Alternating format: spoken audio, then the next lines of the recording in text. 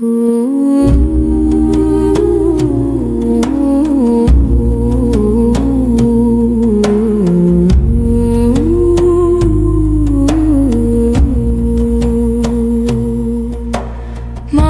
steps are cool at dawn. Olive leaves still hold the night. Smoke is curling slow and thin. Names I whisper to the light. Sing, oh, sing to the stones and sky. Let the old words rise. Let the old words rise.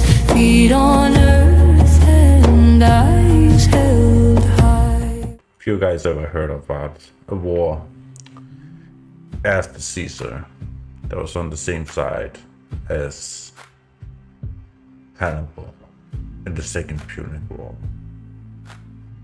Because apparently we are heading into it right now. Oof. Best of Agnes. Welcome back to another video. We are heading into the Great Illyrian Revolt. So this revolt was kind of hyped up by kings and generals in the last video I watched. And I'm pretty curious because I never heard about this war. Like, I heard a bit about Hannibal and the Second Punic War before I watched Oversimplified's video on it. So yeah, pretty curious to see like what this is about. So yeah, let's get into it.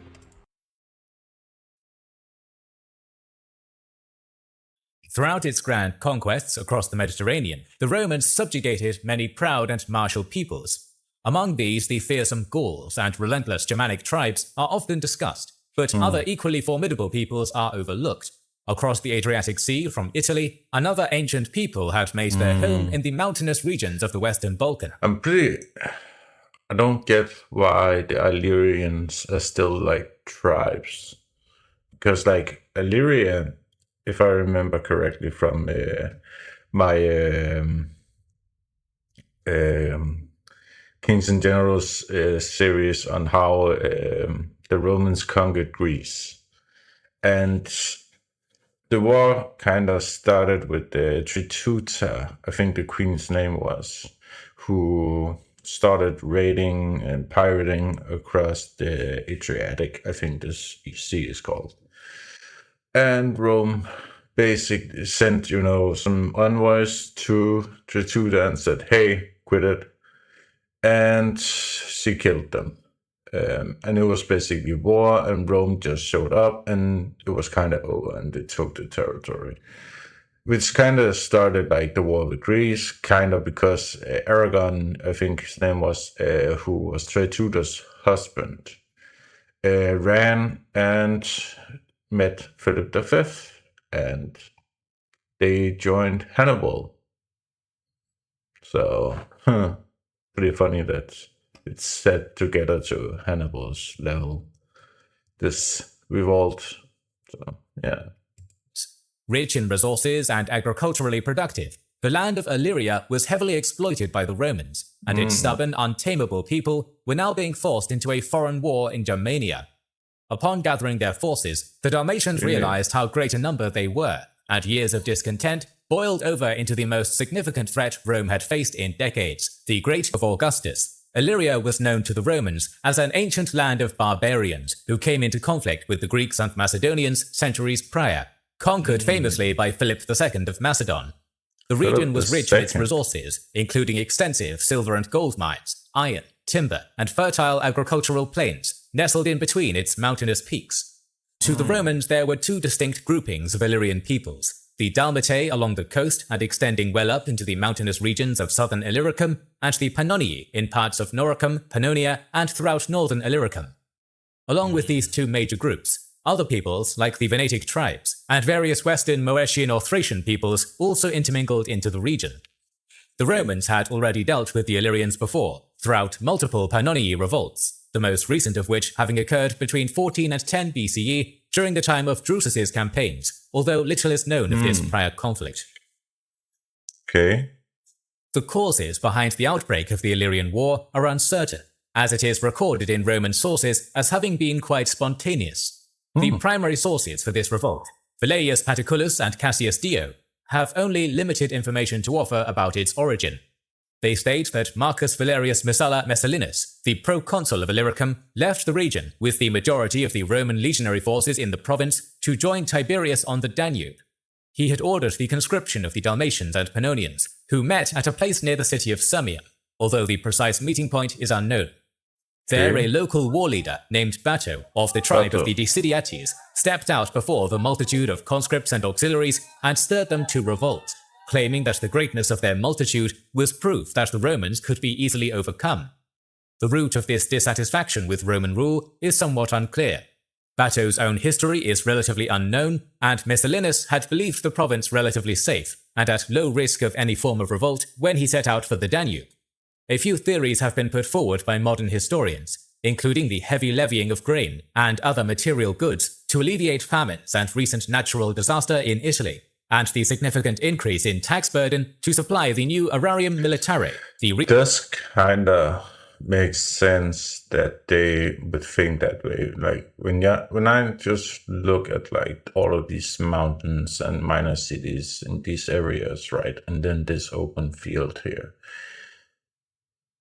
I don't know. Have you guys seen Game of Thrones with like the DVL? That's kind of the feeling I get here. That like they're just protected by mountains and have like small passes that are easily defended. So yeah, wonder how many there are and how, because it has been a Roman territory for a long time, but I don't know how many direct Romans actually lives there.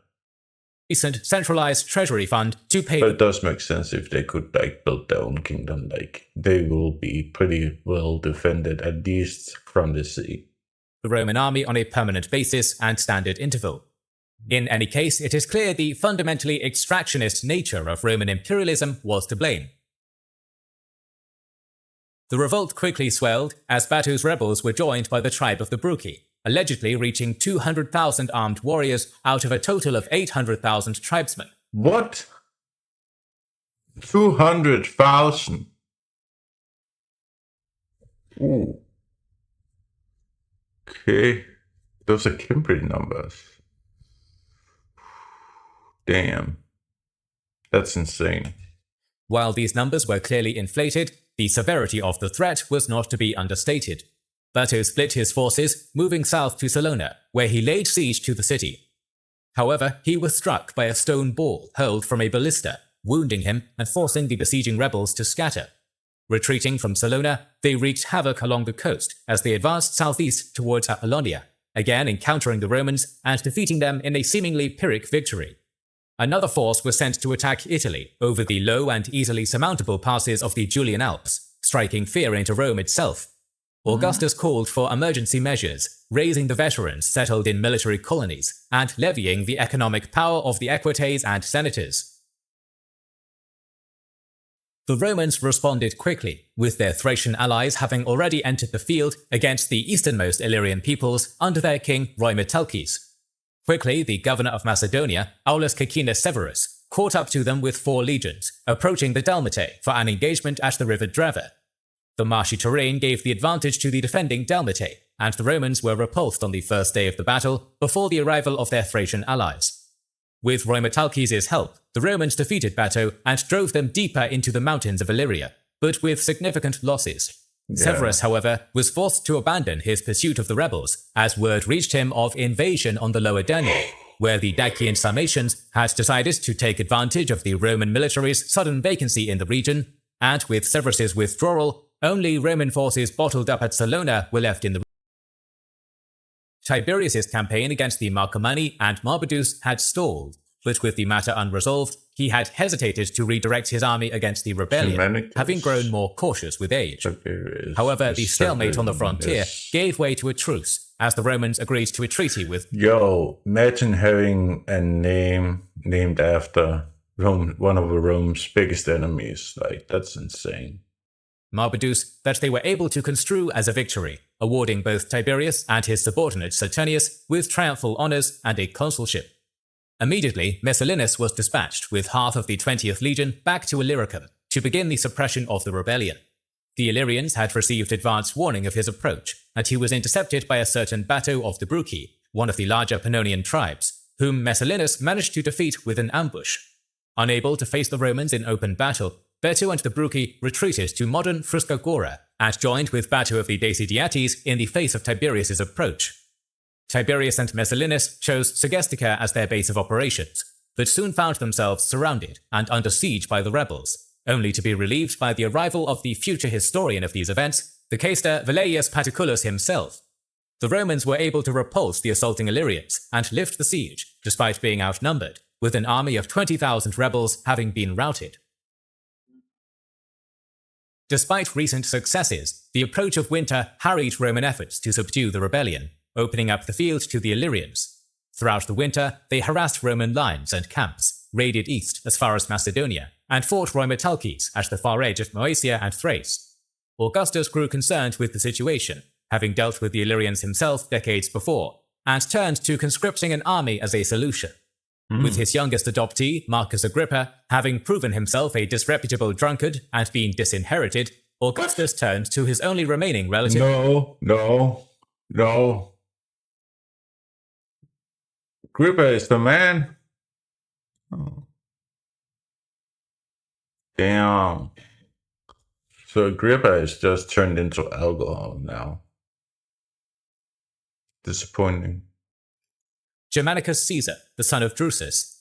Throughout 6 CE and into early 7 CE, a force of multiple cohortes Drusus was Augustus.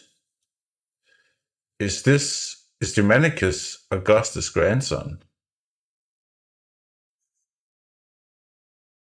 I don't remember if Drusus was biological or adopted. Centuriorum were drafted from citizens, freedmen, and even manumitted slaves to form an additional army to face the Illyrians. The young Germanicus happily seized the opportunity and marched into Illyricum to alleviate Tiberius. Okay.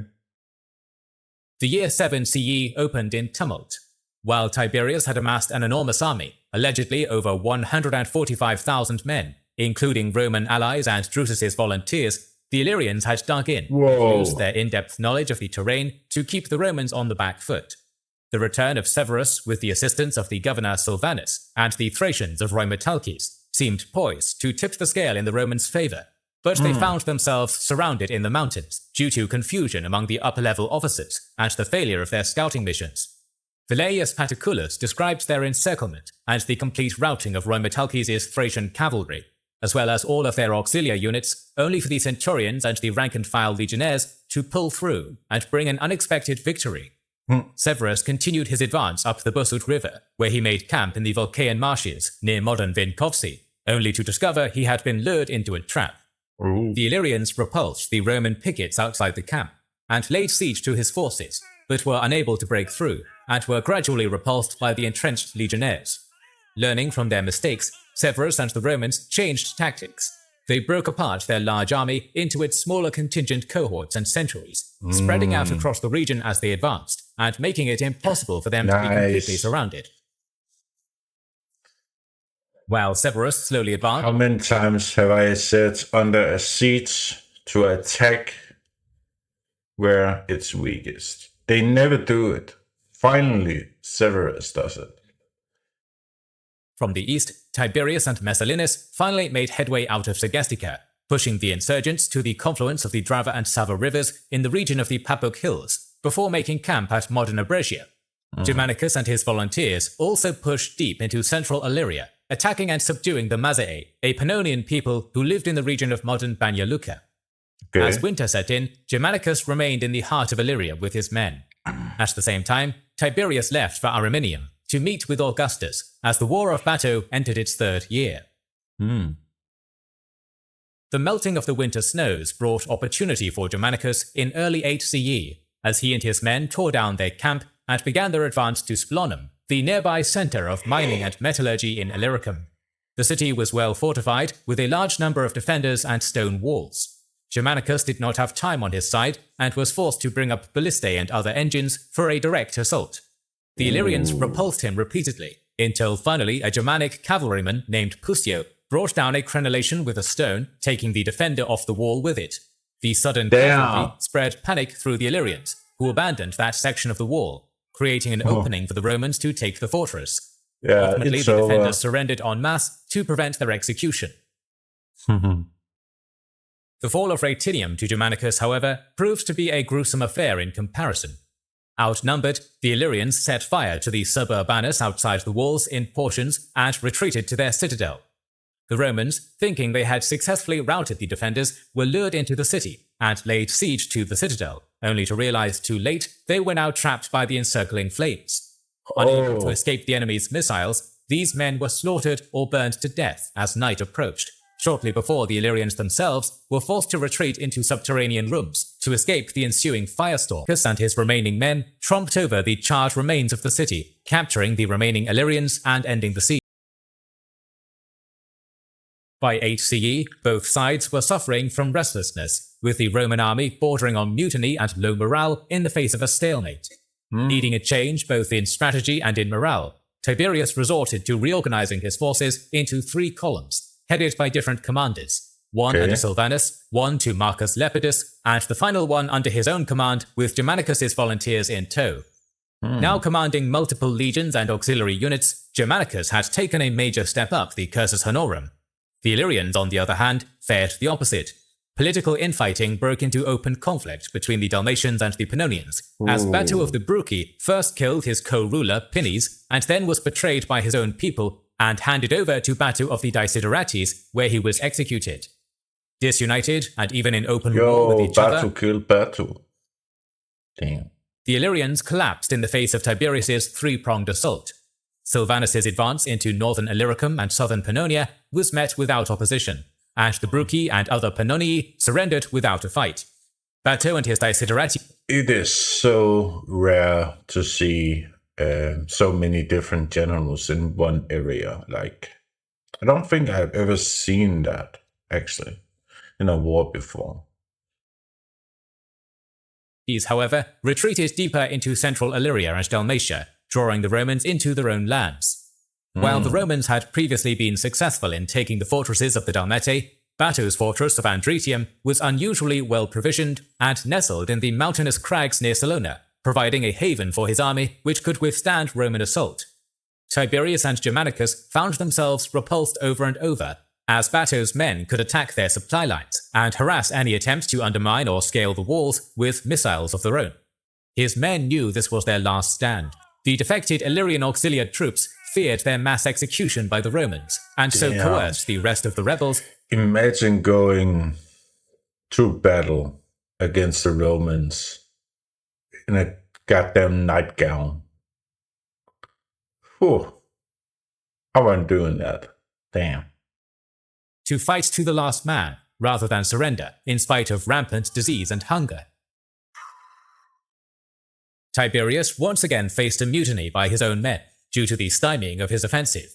Cassius Dio reports that being a disciplinarian, Tiberius carefully decided to draw his whole army up before him to be addressed, where he carefully rebuked accusations and addressed other concerns, but also prepared to lead his men into a renewed assault. Bato was intimidated by this display and pressed for terms, but Tiberius ignored his heralds and led his army against Andretium. Arranged in a quadratum or square, the Romans advanced against the fortress, where they were beset by all manner of missiles, including sling bullets, javelins, arrows, stones, barrels, and other objects that could harry or maim the assaulters.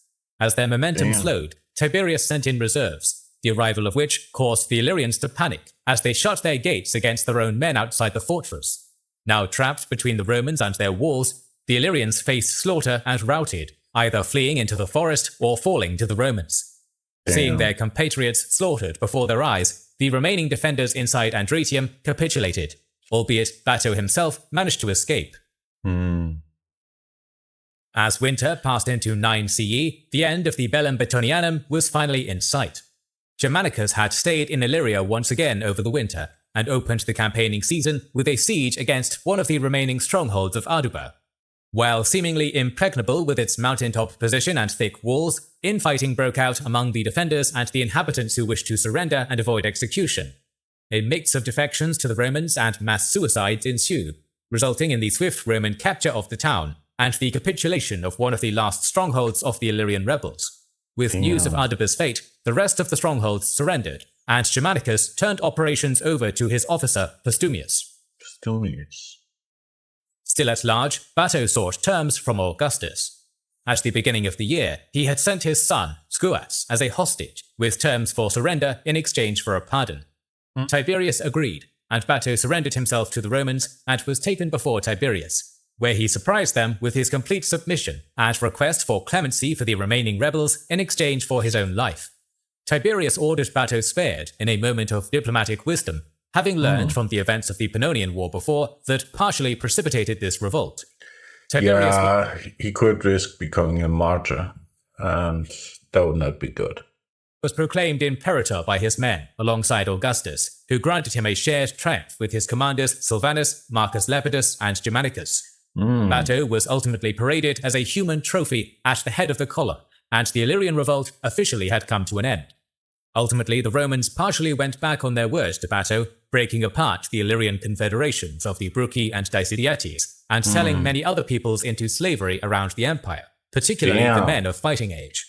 Redrawing the lines of local organization would ultimately lead to successful and long-term imperial colonization of Illyria, highlighting Rome's position as a malicious entity to the indigenous people they conquered and ruled. Despite this resounding success for Tiberius and the young Germanicus, things were about to become much worse for Rome. Once again, the province of Germania found itself beset by turmoil, as the leader of the Cherusci, a former Roman officer named Arminius, led a renewed revolt against the Romans. These events— Roman officer? Okay. So a Roman officer joins the Germanic tribes. Okay. This would precipitate an event still remembered around the world, the Battle of the Teutoburg Wold, or the Battle of Calcrisa. This would prove to be the ultimate challenge for Augustus, while Germanicus's career would reach new heights. But first, we must explore the career and failure of Rome's capable governor of Germania, Publius Quinctilius Varus. If you don't want to miss that— Didn't know that Germania had a governor. That's pretty honorable. And many other historical videos, make sure you are subscribed and have pressed the bell button to see them. Alright. Damn. Okay. I gotta say, I think this revolt was a bit overhyped to match it to the Second Punic War and to Hannibal. It wasn't. Yeah. I'm really excited to get to the next episode because, like, they have been talking so much about Teutoburg Forest now. And now that I know that it's actually a Roman officer who did it, that's pretty interesting. Yeah. Huh. Damn. Alright.